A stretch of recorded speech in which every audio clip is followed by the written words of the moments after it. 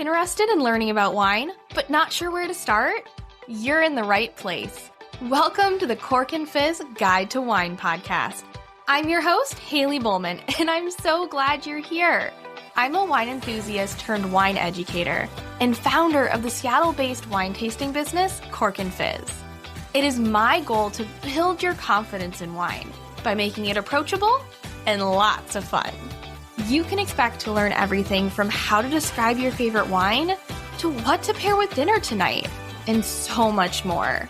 Whether you're a casual wine sipper or a total cork dork like myself, this podcast is for you.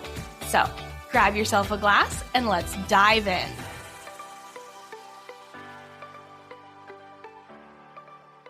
Hello and welcome back to the Cork and Fizz Guide to Wine podcast. So excited to have you here. Today, we're going back to the basics. We are going to take a journey from vineyard to glass. We're going to talk about how grapes become wine. And I know it can be, wine can sometimes feel really intimidating. There is so much that you can learn. And honestly, as a cork dork like myself, that's like the coolest thing. And it's like this amazing opportunity. But I know for someone who kind of just wants to drink wine, but maybe know a little bit more about it, it's like, holy heck, why do I need to know about all this, right? And there's like super expensive wines and it can just there's so much to know. And so it can feel intimidating. But at its heart, wine is just fermented grape juice with a lot of artistry and science behind it. So in today's episode, you can expect to learn how grapes grow from the vineyard to making your glass of wine. We'll talk about the different styles of wine and how they're made: red, white, rosé, and even orange and sparkling wine. And I'm going to try to go through some winemaking jargon along the way in case you hear it at your next vineyard or your next winery stop and they're explaining the wine to you and they use a word and you're like, I have no idea what they just said. Hopefully now maybe you'll have a little idea of what they just said. All right, let's get into it. Okay, starting off, step one happens before you even think about making wine. You have to think about your vineyard. And so the first step is planting the grapevines. And to do that, you need to choose the best site. And some of the things that, wine growers and vineyard growers are going to think of is, one, what is the climate?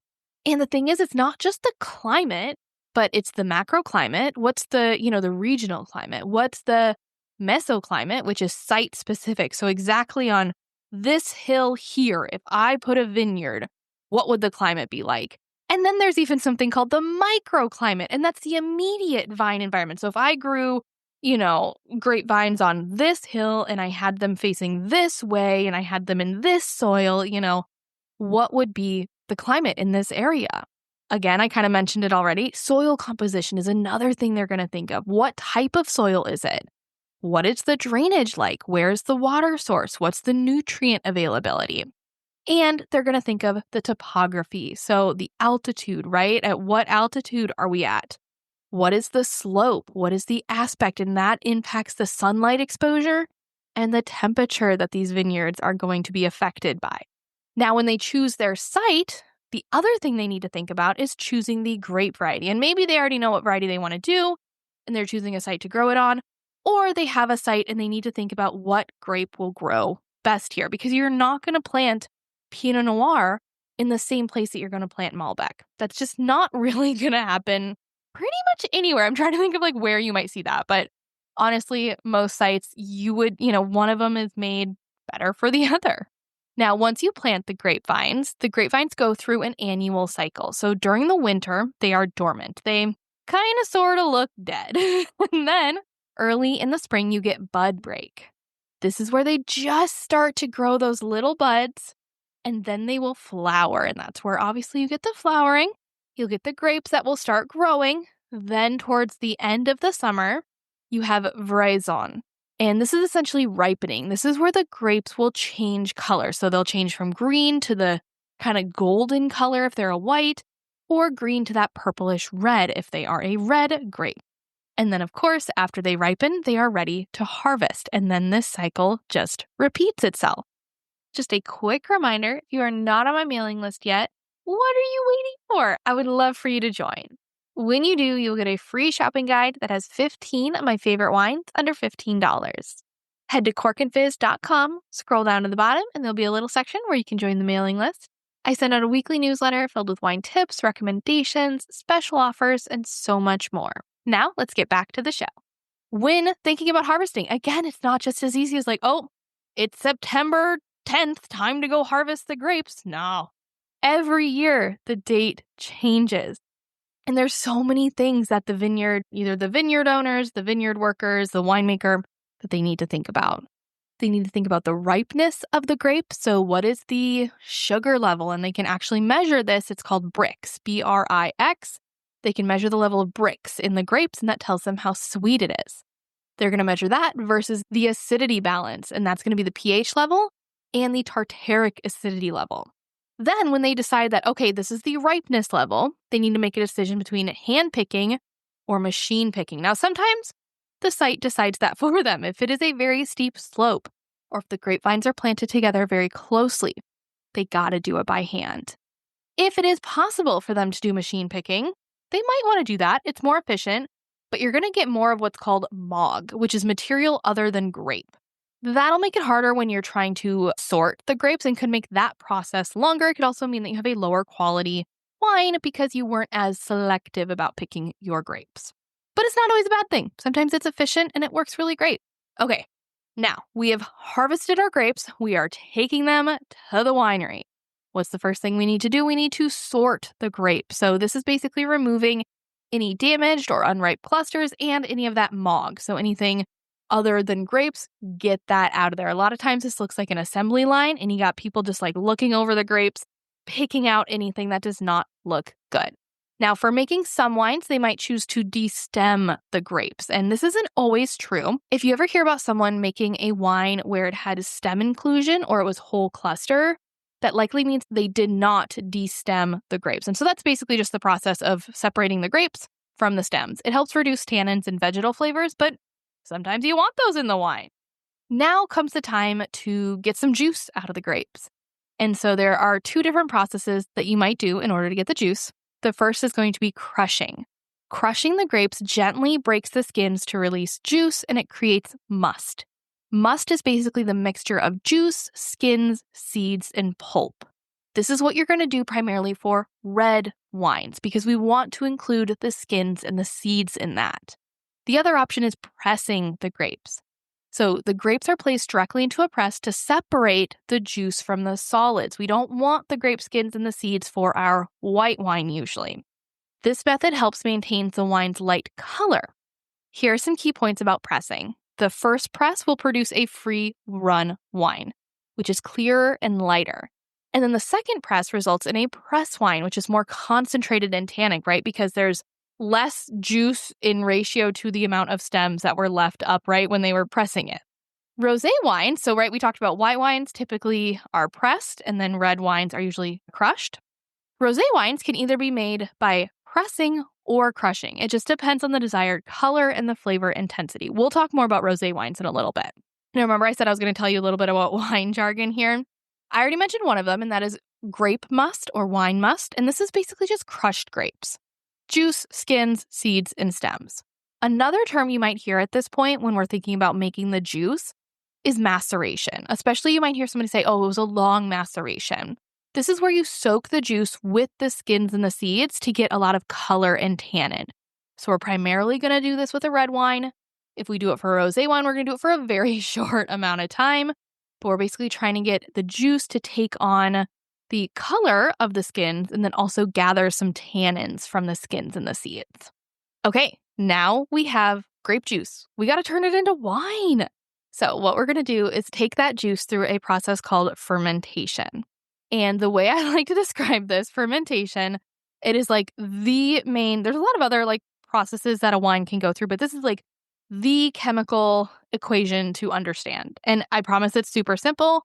And I have a video game analogy to help explain it. So what you're going to think about is when you have grape juice, there are sugars in the grape juice. Now you're going to add yeast to those sugars. So either you're going to add it, like physically add it, or there might be yeast that already exists on the skins of the grapes and in the winery that just naturally gets added to the sugars.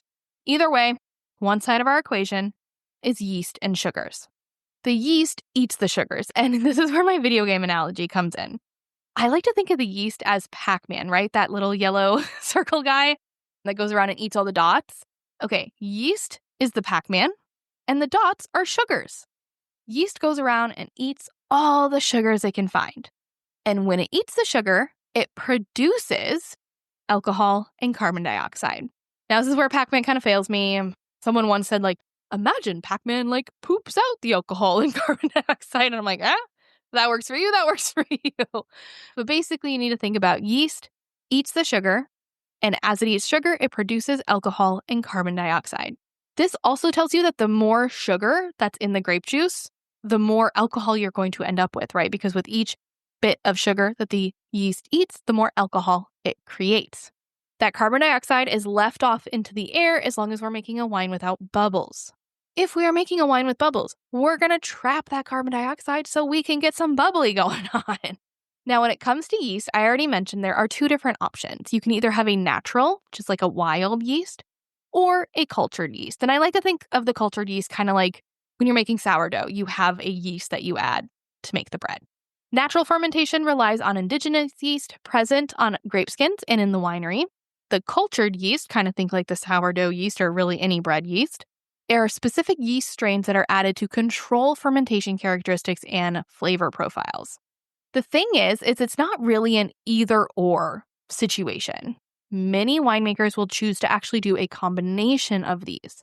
So they might let the wine start with a natural fermentation, but it might be taking too long. They might want to control the temperature. They might want to control the flavor. They might run out of the yeast. And so they'll add specific cultured yeasts to help the process along. Another important thing about fermentation is where you do the fermentation. There are lots of options here. You can do the fermentation in a stainless steel tank. This will help with temperature control, and it's inert, so it doesn't impart any flavors on your wine. Another good kind of inert option is a concrete tank. Again, thermal stability, and then there's micro-oxygenation, and again, no flavor imparting on the wine. If you want some flavor to happen or you're looking for something a little different, you could ferment your wine in an oak barrel. This adds complexity and flavor compounds like vanilla. It also adds tannins. Oak and wood have their own tannins, so it will add that and potentially a toastiness because they actually toast the inside of oak barrels. You could also ferment in amphora or a clay vessel. These are very traditional methods that can impart unique characteristics. Okay, let's talk about some important jargon or terminology when it comes to fermenting. I'm so grateful to the sponsors who help make this podcast possible. And today's sponsor is one I personally love, wine.com. You know I'm all about exploring new wines, but let's be real, it's not always easy to find unique bottles, especially if you're limited to what's near you. That's why I love shopping on wine.com. They have a huge selection, wines at every price point, user-friendly search features, and real wine experts ready to help you find your next favorite bottle. And here's a special deal just for you as a podcast listener. Get free shipping on orders over $150 at wine.com/corkfizz with promo code corkfizz. My recommendation? Build a mix of 6 to 12 bottles to try. Some you know, some you've never heard of. Not sure what to pick? Message me. I'd love to help. Or take advantage of the live chat wine experts at wine.com. Have you ever heard of lees? L-E-E-S. Lees are basically, this is going to sound weird, they are dead yeast cells. So when the yeast is done eating the sugar and there's no more sugar to eat, it dies and becomes lees. Now, typically where you hear lees the most, you might hear the term surly, or this was mixed, or this had long contact on the lees, something along those lines. When you allow the wine to rest on the lees, it can add texture and flavor to the wine. In terms of flavor, a lot of times it's kind of like a yogurt or like a fresh bread flavor that can be added to the wine. Another term you might hear is cold fermentation. So during the fermentation process, there is also some heat being created, right? Anytime there's a process where one thing changes to something else, it's not uncommon for heat to be created. And so a lot of times if they want to keep freshness in the wine. If the wine gets too hot, you can lose that freshness and the flavor. They might choose to do a cold fermentation. It'll take longer, but it'll kind of preserve the flavor and the freshness. This is often done for white wines. Last thing I'm going to talk about when we're talking about fermentation is actually a secondary fermentation called malolactic fermentation. This is a wine that I feel like a lot of people associate with Chardonnay because it creates that kind of buttery feel. But interestingly enough, malolactic fermentation is actually most commonly done in red wines. Almost every red wine goes through malolactic fermentation. I know, crazy, right? So this fermentation is basically a secondary fermentation. So we already created the alcohol. And then in this one, there are lactic bacteria that convert malic acid, which is naturally present in the wine. It's the same acid that you find in a green apple, so very tart. And it converts that into a softer lactic acid, which is the acid you'd find in milk. So it's softer, right? And it doesn't give it the buttery flavor necessarily. It gives it the feel of it. If you don't let it go fully through malolactic fermentation, you can get that butter flavor as well. But again, while this is associated with Chardonnay, and there are some white wines that go through this process, most of the time it's a red wine, and you're not getting that butter flavor in a red wine. You're getting more of that softness. Okay, let's take a second in our winemaking process to talk about how the process is different depending on the style of wine you're making. So first off, a white wine. We already talked about this. The grapes are pressed first, right? So they're pressed and they're removed from the skin. So we just get the juice. We're fermenting just the juice. They often do a cooler fermentation, so it can take a little longer, but they want to keep it cool, keep it fresh. And then a lot of times there is lees stirring. Again, those are those dead yeast cells, gives it a little flavor, gives it a little bit of a richer texture and mouthfeel. Okay, a red wine. A red wine fermentation happens with the skin, so that we're going to crush the grapes, and we're going to keep the juice in contact with the skins and the seeds for color and for tannin. This maceration, again, that's the amount of time that we leave the skins and the seeds in contact with the juice. That time matters. The longer it's in there, generally the darker color and the more tannin we're going to get, but often it can also determine the type of tannin. So weirdly enough, sometimes the longer you leave it in, the softer the tannin becomes. I know that seems a little counterintuitive, but that's what winemakers have told me. So I'm going to trust them. And sometimes if you only leave the juice in contact with the skins and seeds for a little bit, you'll get a lighter color, but that tannin might be more pronounced and bite a little bit more. With a red wine, you also have to do these processes called punch downs or pump overs. Basically what happens is the grape skins and the seeds in the juice mixture tend to float to the top. And so you don't want just the top of your juice in contact with those grape skins. You want all of the juice. And so you need to get those skins in contact with all the wine. So you'll either punch down, which nowadays this is mostly automated. They did have what looked like giant potato mashers that would do this. But now a lot of times there are machines that look like giant potato mashers that automate it, or somebody actually goes and does it by hand. The other option is called a pump over, and this is where you connect a large tube, I guess, to the bottom of the tank or barrel, whatever you're using, and you pump the juice back over on top of the skins. Either way, we're just trying to get more of the juice in contact with the skins. Okay, rosé. Rosé can technically be made by blending red and white wine. Not super common though. Most commonly, a rosé is made with red grapes that have limited skin contact. Their maceration time is super, super low. So we're still using the red grapes, but we're only going to let it macerate for maybe a few hours up to a day. And this means that it's not going to get as dark, it's not going to get as much of the color, not going to get as much of the tannins, and we're going for something fresh and light. You're likely going to do a cooler fermentation with the rosé as well, because we want to get a lot of that freshness that we get with a white wine. But again, we're using red grapes to make it. Now, an orange wine is basically the opposite. We're going to take white grapes and we're going to treat them like a red wine. So we are not going to separate the skins from the juice. We're going to leave the skins and the seeds and all that stuff in contact with the juice, and we're going to have it do a maceration period. This is often why orange wines are also called skin contact. It means the juice was in contact with the skins. Again, we're using white grapes. This gives the wine an amber color and more texture. Sparkling wines are kind of their own complicated situation, but super simply put, they go through a first fermentation. This is where you make the base wine, and you usually do it making like a white wine. So we're going to do the white wine style, unless you're making a rosé sparkling, but let's imagine like a blanc sparkling, a white sparkling. So you're going to use the white wine method to make your base wine. Then you're going to do a second fermentation. So we're going to add more yeast, add more sugar, and you can either do that in a tank or a bottle. Do it in a tank, it's called the Charmat method, which is like Prosecco. Do it in a bottle, it's called the traditional method, which is like champagne. After it goes through all that, if it is done in a bottle, you need to disgorge the bottle. This is where you get rid of all of the lees. Remember, dead yeast. You're learning things already. We got to get rid of the dead yeast cells in there and all the other stuff. So they disgorge it, get that stuff out of there, add a little more sugar and wine. Usually, if it's a brut nature, meaning no sugar, they'll just add extra wine and then put a cork back on it. And then you get your delicious sparkling. I have a whole podcast episode on sparkling wine, which goes way deeper into it than just this. Highly recommend listening to that. But just in case you're curious, it's a little quick rundown. Okay, now that we've made our wine, a lot of wines go through an aging and maturation process.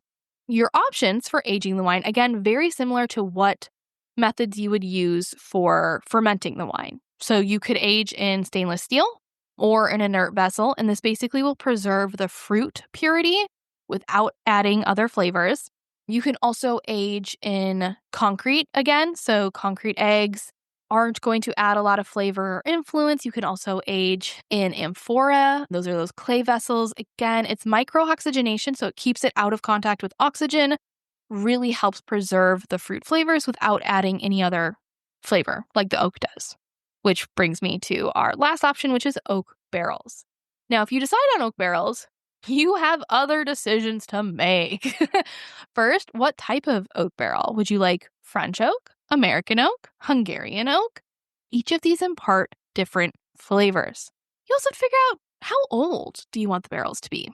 Newer barrels impart more flavor. And we're talking flavor here, we're thinking like cinnamon, vanilla, wood. Obviously, it gives it kind of a woodsy flavor. Coconut is another one. Coffee, chocolate. So newer barrels impart more flavor. Older barrels are more neutral, especially once a barrel's been used for 5, 6 years. It's really not going to give it too much flavor.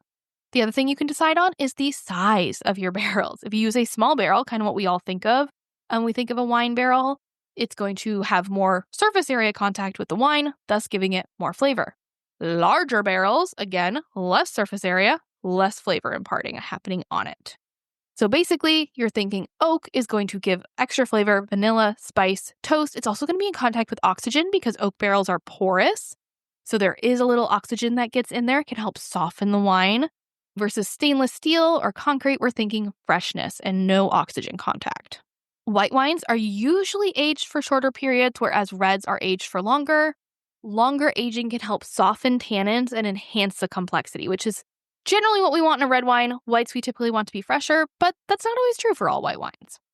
After the aging process, or I guess it could happen before too, during this time you're also going to have a process of clarification, fining, and filtering. So there are a couple terms here that I think are useful to understand. One is racking. This is transferring the wine off the sediment. So a lot of times when you leave wine to sit, some of the sediment falls out of the wine. We want to transfer that wine off the sediment into a clean vessel. Fining the wine is where you add agents, things like bentonite, egg whites, isinglass, to remove suspended particles in the wine. This is not, I think fining and filtering get mixed up because you think fining is almost like I'm thinking of during the gold rush and you're shaking your pan back and forth trying to get the gold and get all the rocks out of the way of the gold. That's not fining. Fining is actually adding a component to the wine that combines with these particles in the wine that you don't want and then falls out of it. So you always end up removing it. But this is why a wine might not be vegan, because a lot of times we can use egg whites or isinglass, which is fish skins, I want to say. I know it's something related to fish. And again, these are not actually in the wine by the time you drink it. They do fall out and they are removed, but they are used to make the wine. The wine can also go through a filtration process. And so this is passing the wine through filters to remove solids and microbes. And lastly, now you have your wine. It is time to bottle it. And so even in the bottling process, there are choices to be made, right? You need to think about the color of the bottle. A darker bottle will protect it against the UV light. You also want to think about the shape of the bottle. This often indicates the type of wine. So a lot of us wine dorks out there can even if you you wrap up a wine bottle, I could probably guess what it was based off the shape. Some of the time, there's certain bottle shapes that mean different things. And you will have to decide the closure type. Do you want a cork that could be synthetic or natural, or do you want a screw cap? And honestly, at this time, screw caps have come along so far that you can age a wine with a screw cap just as well as you could with a cork. Last thing, you have to think about labeling the wine, which includes the legal requirements and marketing. So that is the process of making wine. As a recap, so I guess when you start in the vineyard, then we harvest the grapes, then we create juice from the grapes, we ferment the juice to create wine, then we age the wine, and we bottle the wine. That's how you end up with the wine in your glass. I hope you enjoyed this episode of the Cork and Fizz Guide to Wine podcast. If you loved it as much as I did, please take a second, rate it, leave a review, share it on your Instagram, share it with another wine lover in your life. It means the world to me. In next week's episode, we will be talking all about German wine with German wine importer Lisa Tupatz. Lisa has such an interesting story when it comes to how she discovered her love for wine, and she is bringing in some of the best German wines I've ever had to the US. So you are going to want to tune in to that interview. Thanks again for listening, and if you want to learn more about wine, come follow me at Cork and Fizz on Instagram. Cheers!